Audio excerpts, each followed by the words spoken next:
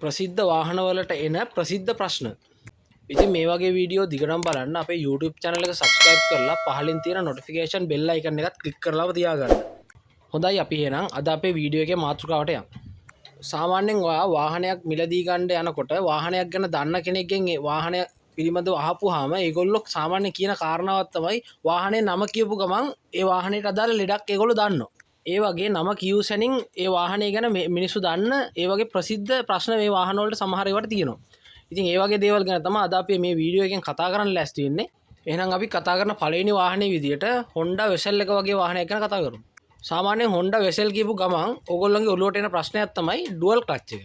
මේ dual clutch එක තමයි ගොඩක් දුරට මේ Honda Vezel වල ප්‍රශ්නයකට ඇති වෙන්නේ. ඉතින් Vezel එක ලංකාවට ආපු මුල් කාලේ වගේ මිනිස්සුන්ට මේ ප්‍රශ්න ගැන මුකුත් අවබෝධයක් නැහැ.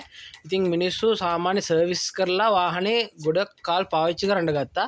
ඒ පාවිච්චි කරනකොට තමයි මේ dual clutch එක හීට් වෙලා ප්‍රශ්න ගොඩකට ලක් වෙන්න සිද්ධ වුණේ. මුලින් ඉඳන්ම Stafford එකෙන් මේන්ටේන් කරපු වාහන වලට මේ ප්‍රශ්නේ තිබ්බේ නැහැ. මොකද Stafford Motors දැනගෙන හිටියා මේ වාහන වල dual clutch oil එක නියම වෙලාවට ඒ සර්විස් වලට මාරු කරන්න අවශ්‍ය ටයිම් ඩියුරේෂන් ඒ සියල්ල දේ Stafford ගයිඩ්ලයින් එකේ තිබ්බා. නමුත් මේ වාහනවල ඩිරෙක්ට් ඒජන්ට් වෙච්ච Stafford Motors එකේ මේ වාහන මේන්ටේන් කරන්නේ නැතුව පිට ලංකාවේ තියෙන වෙනත් සර්විස් ස්ටේෂන් වලින් මේ වාහන මේන්ටේන් කරපු කට්ටියට තිබිච්ච ප්‍රශ්නේ තමයි ඒ සර්විස් ස්ටේෂන් වල කට්ටිය මේ ඩුවල් ක්ලච් එකේ ප්‍රශ්නයක් පිළිබඳව කලින් අවබෝධයකට ලක් වෙලා තිබ්බේ නැහැ. ඒ නිසා මේ ඩුවල් ක්ලච් ඔයිල් කිසිම මාරු කිරීමකින් තොරව දිගටම මේ වාහන පදින්න ගත්තා.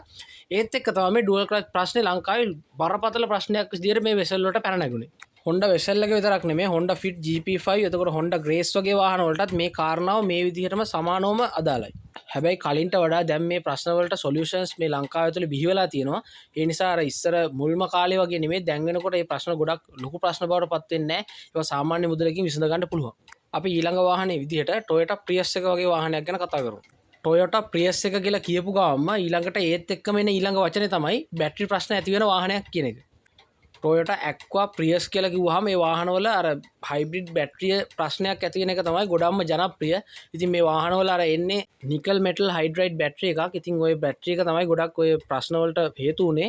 ඉතින් ඒ දේවල් වලටත් දැන් මේ වෙනකොට සොලියුෂන්ස් බිහි වෙලා තියෙනවා. ওই බැටරි එකේ ෂෙල් මාරු කරලා ෂෙල් රිපෙයාර් කරලා වගේ දේවල් වලින් ওই බැටරිය ආයේ වොරන්ටි එකක් එක්කම අලුත් වැඩියා කරගන්න පුළුවන් තැන් ඕන තරම් මේ වෙනකොට ලංකාවේ තියෙනවා. ඉතින් ඒකත් දැන් ලොකු ප්‍රශ්නයක් නෙමෙයි මේ වෙනකොට. ඉතින් අපි ඊළඟ වාහනේ විදිහට ටිකක් ලක්ෂරි හයි එන්ඩ් එකේ යුරෝප් වෙහිකල් එකක් වෙච්ච BMW 520D වගේ වාහනයක් ගැන කතා කරමු. ඉතින් මේ වගේ ගොඩක් එන ප්‍රශ්නයක් තමයි ඔය ඉන්ටීරියර් එකේ තියෙන හුඩ් එකේ ගම් එක එහෙම එක්ස්පයර් වෙලා හුඩ් එක බහිනවා කියලා ඔය සමාජය කියනවා. ඒ වගේ ප්‍රශ්න තමයි එන්නේ. ඉතින් මුල් කාලේදී ඔය හුඩ් එක බුබුලු වගේ පාත් වෙනවා. ඊට පස්සේ ලොකුවටම ගොඩක්ම ගැලවිලා පාත් වෙන ප්‍රශ්න තමයි එන්නේ. ඊට අමතරව ඔය ලංකාව වගේ රටවල් වල තියෙන අධික හීට් එකත් එක්ක ඒ වාහනවල ඉන්ටීරියර් එකේ ඔය ප්ලාස්ටික් වලින් එන ඩෝ හැන්ඩල් වගේ දේවල් දිය වෙනවා වගේ ප්‍රශ්නයක් එනවා. ඒවා නිකන් අර උණු වෙලා දිය වෙලා වගේ යන ප්‍රශ්නයක් තියෙන්නේ. ඉතින් ඒවටත් දැන් ඉතින් ෆයිබර් රිපෙයාර් නම් මනම් ඒ දේවල් එක්ක ඉතින් ඒවා යවත් කාලින කරන්න පුළුවන් තත්වයක් මේ වෙනකොට තියෙනවා. කිසිම ලොකු ගැටලුවක් නැහැ ඒ දේවලුත් දැන් මේ වෙනකොට. එතකොට අපි ඊළඟ වාහනේ විදියට ඔය මධ්‍යම පාන්තික පුද්ගලයෝ ගාව තියෙන කමර්ෂල් වෙහිකල් එකක් වෙච්ච පොඩි මිනි බඩි ලොරියක් විදියට ජනප්‍රිය වෙච්ච Mahindra Maximo එක ගැන කතා කරමු.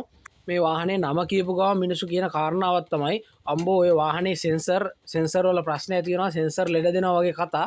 ඉතින් ඒ දේවල් වලත් යම්කිසි සත්‍යතාවයක් නැතුවමත් නෙමෙයි. හැබැයි ඔය කියන තරම්ම එහෙම සෙන්සර් ලෙඩ දෙන වාහනයක් නෙමෙයි Mahindra Maximo කියලා කියන්නේ. ගොඩක් දුරට ඔය සර්විස් සෙන්ටර්ස් වලට දාලා යට එන්ජින් ආහාරමේ හොදන්න ගියාම ඒ සෙන්සර් වලට වතුර ගියාම තමයි ගොඩක් ඔය ප්‍රශ්න ඇති වෙන්නේ. ඉතින් එන්ජින් ආහාරමේ වතුර වලින් හොදන්න නැතුව එන්ජින් ඩීග්‍රීස් එකක් වගේ පාවිච්චි කරලා ඒවා ක්ලීන් කරන්න පුළුවන් නම් ඔය ප්‍රශ්න ගොඩක් ඇති වෙන්නේ නැහැ. එහෙම ඔය කියන තරම්ම නම් සෙන්සර් වල ප්‍රශ්නයක් ඔය වාහනේ එන්නේ නැහැ. අනිත් එක එහෙම පොඩි සෙන්සර් එකක් පිච්චුණත් ඒවා රීප්ලේස් කරන්න පුළුවන් මේ වෙනකොට ස්පෙයා පාර්ට්ස් ඕන තරම් තියෙනවා. ඉතින් වර්තමානයේ තවදුරටත් ඒක ලොකු ප්‍රශ්නයක් නෙමෙයි. හොඳයි අපි ඊළඟ වාහනේ විදියට Nissan Leaf එක ගමු. Nissan Leaf එකෙත් ගොඩක්ම නම කියපු ගමන් මිනිස්සුන්ගේ ඔළුවට එන කාරණාව තමයි බැටරිය. බැටරිය තමයි ගොඩක් දුරට ප්‍රශ්න ඇති වෙන්නේ. මේ වාහනේ මිලදී ගන්න මුල් කාලේදී බැටරිය එකපාරක් charge කරලා ගොඩක් දුර ධාවනය කරන්න පුළුවන් වුණාට එන්න මේ ධාවනය කරන්න පුළුවන් range එක අඩු වෙනවා. ඉතින් මේ විදිහට ටික බැටරි range එක අඩු වෙලා කිලෝමීටර් 20ක් 30ක් මට්ටමට range එක අඩු වුණාම මේක ලොකු ප්‍රශ්නයක්. ඉතින් කොහෙවත් ගමනක් ගිහිල්ලා ආපහු ගෙදරට එන්න විදිහක් නැහැ. මගදී බැටරි ඉවර වෙනවා. ඉතින් මේ Nissan Leaf එකේ තියෙන බැටරි ප්‍රශ්නෙට නම් මේ වෙනකොටත් 100%ක්ම සාර්ථක විසඳුමක් නම් ඇවිල්ලා නැහැ. කාලයක් මේ Nissan Leaf කාර් වලට Toyota Aqua එකට ආපු එන්ජින් එකක් තිබ්බා. ඒකත් එච්චර ලොකුවට සාර්ථකුන්නේ නැහැ. මේක නම් තාමත් මේ වෙනකොටත් ප්‍රශ්නයක් විදිහට තමයි පවතින්නේ. හොඳයි අපි කතා කරන ඊළඟ වාහනේ විදිහට මයික්‍රෝ පැන්ඩා වගේ වාහනයක් ගැන කතා කරමු. මයික්‍රෝ පැන්ඩා එකේ එන කොමන් ප්‍රශ්නයක් තමයි මේ වාහනවල ඉන්ටීරියර් එකේ හાર્ඩ් ප්ලාස්ටික් වලින් නිමාලා තියෙන කොටස් පුපුරනවා, සමහර ዋහනවල කැඩිලා, AC කවුල් කැඩිලා, ඒ වගේ ප්‍රශ්න තමයි ගොඩක් මේකේ තියෙන්නේ. ඉතින් මේ ඉන්ටීරියර් එකේ ඩෑෂ්බෝඩ් වල, ඩෝර් අපෝස්ටරින් වල, AC කවුල් වල එන ප්ලාස්ටික් එක ගොඩක් හයි ක්වොලිටි ප්ලාස්ටික් කියන්නේ මේක ඉතාමත්ම බාල ප්ලාස්ටික් එකක්. ඒක නිසා මේ දේවල් නිතර කැඩෙන්න වගේ දේවල් වලට ලක් වෙන්නේ. ඉතින් මේ දේවලුත් රිප්ලේස් කරන්න එහෙම පුළුවන් මේ වෙනකොට. ඒ ලොකු ප්‍රශ්නයක් නෑ. මේ දේවලුත් රිප්ලේස් කරලා ආයේ යථා තත්ත්වයට පත් කරගන්න පුළුවන්. හොඳයි අපි ඊළඟ වාහනේ විදියට වාහන ಜಾති කීපයකට පොදු කාරණයක් ගැන කතා කරමු.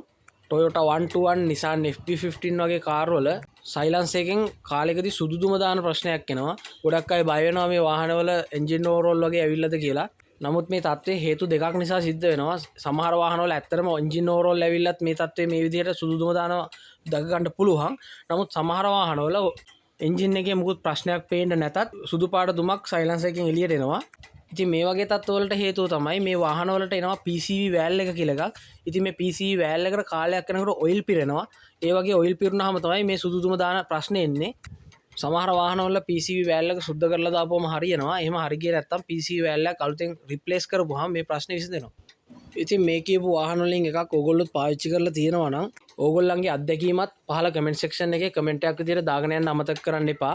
මේ වගේ වාහන පාවිච්චි කරලා ඕගොල්ලන්ට මුණ දෙන්න වෙච්ච මිහිරි අමිහිරි අත්දැකීම් තියෙනවා නම් ඒ දේවලුත් පහළ කමෙන්ට් සෙක්ෂන් එකේ කමෙන්ට් එකක් විදිහට දාගෙන යන්න. මොකද ඒ වගේ දේවල් මේ වගේ වාහනයක් අලුතෙන් මිලදී ගන්න බලාපොරොත්තු වෙමින් ඉන්න කෙනෙකුට ගොඩක් වැදගත් වෙන හින්දා. එහෙනම් අදට මේ විදිහට අපි වීඩියෝ එක අවසන් කරනවා. වීඩියෝ එක ඕගොල්ලන්ට වැදගත් වුණා කියලා හිතෙනවා නම් අපේ channel එක subscribe කරලා පහළින් තියෙන notification bell icon එකත් click කරලා තව කෙනෙකුට බලා ගන්න මේ වීඩියෝ එක share කරන්න. එහෙනම් තවත් මේ වගේ වැදගත් වීඩියෝ එකකින් හමු වෙමු. බොහොම ස්තුතියි. සුබ දවසක් ඕගොල්ලෝ හැමෝටම.